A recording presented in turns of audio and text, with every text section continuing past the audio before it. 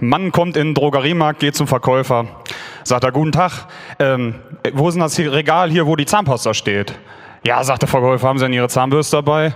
Ja, nee, ich will Zahnpasta kaufen. Ja, haben Sie Ihre Zahnbürste dabei? Ich muss doch wissen, ob die Zahnpasta auf die Zahnbürste passt. Und sagt, da wollen Sie mich eigentlich verarschen? Dann kaufe ich sie halt nebenan. So, nächsten Tag der Mann wieder in den Drogeriemarkt. Sagt er, es tut mir leid wegen gestern, haben Sie vielleicht Rasierschaum da? Ja, sagt der Verkäufer, Rasierschaum? Haben Sie denn Ihren Rasierer dabei? Ja, nee, wofür brauche ich den denn? Ja, ich muss doch wissen, es gibt so viele Produkte. Passt der Rasierschaum zu Ihrem Rasierer? Gibt das eine gute Rasur nachher? Sagt er, wissen Sie was, ich kaufe das wieder nebenan, das ist mir zu kompliziert hier.